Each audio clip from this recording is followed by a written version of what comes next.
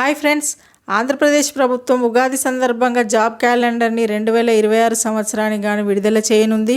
యూనివర్సిటీలు, ప్రభుత్వ డిగ్రీ కళాశాలల్లో అధ్యాపక పోస్టులకు నోటిఫికేషన్ రానుంది. ఈ ఏడాది 2 లక్షల ఉద్యోగాలు కల్పించడమే ప్రభుత్వ లక్ష్యం. గ్రౌండింగ్ అయిన పరిశ్రమల్లో భారీగా నియామకాలు ఉన్నాయి. Reliance, CBG, Jupiter, Lawrence pharma, Hetero drugs వంటి సంస్థల్లో అవకాశాలుంటాయి. ప్రతి నియోజకవర్గంలో 3 నెలలకు ఒకసారి జాబ్ మేళా ఉంటుంది. త్వరలో నైపుణ్యం పోర్టల్ ప్రారంభమవుతుంది.